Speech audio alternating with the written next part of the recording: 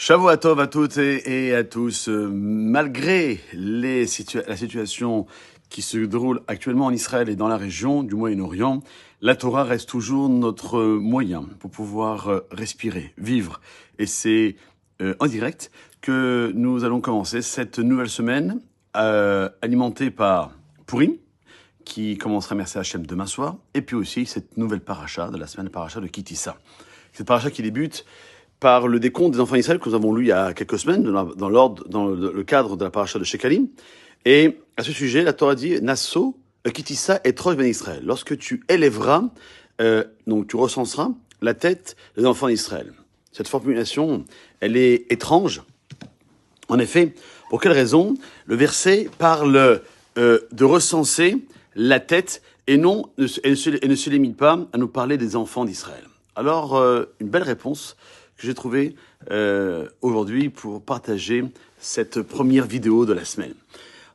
On rapporte dans le Midrash Tanchuma que lorsqu'on prend le nom des 11 tribus décomptées, puisque la tribu des Lévi ayant un dénombrement séparé, et que nous isolons la valeur numérique de leur initiale, eh ben nous remarquons la chose suivante. Réhouven, ça commence par un Resh, c'est 200. Shimron, Shin, c'était 300. Yehuda, Yud, c'est un 10.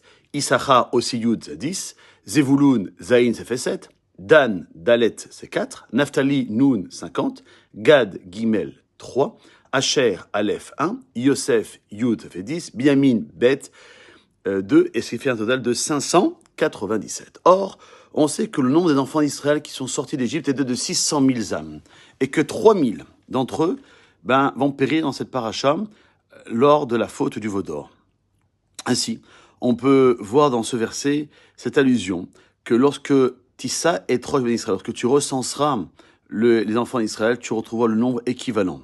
Alors le numérique des initiales de la tête, donc du nom des différentes tribus, soit 597 000 personnes, et pour être plus précis, des hommes, qui sont en âge d'être enrôlés dans l'armée. Et cette paracha de Kitissa, qui nous donne cette information-là.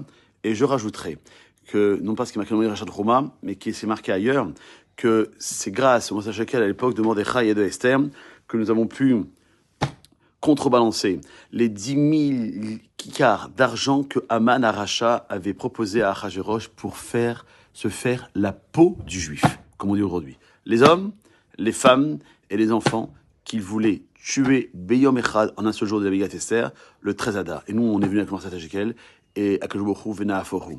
Alors, participons tous à cette mise de Moshe Shekel, Zecher, Moshe Shekel, et merci Akadosh Baruch Hu.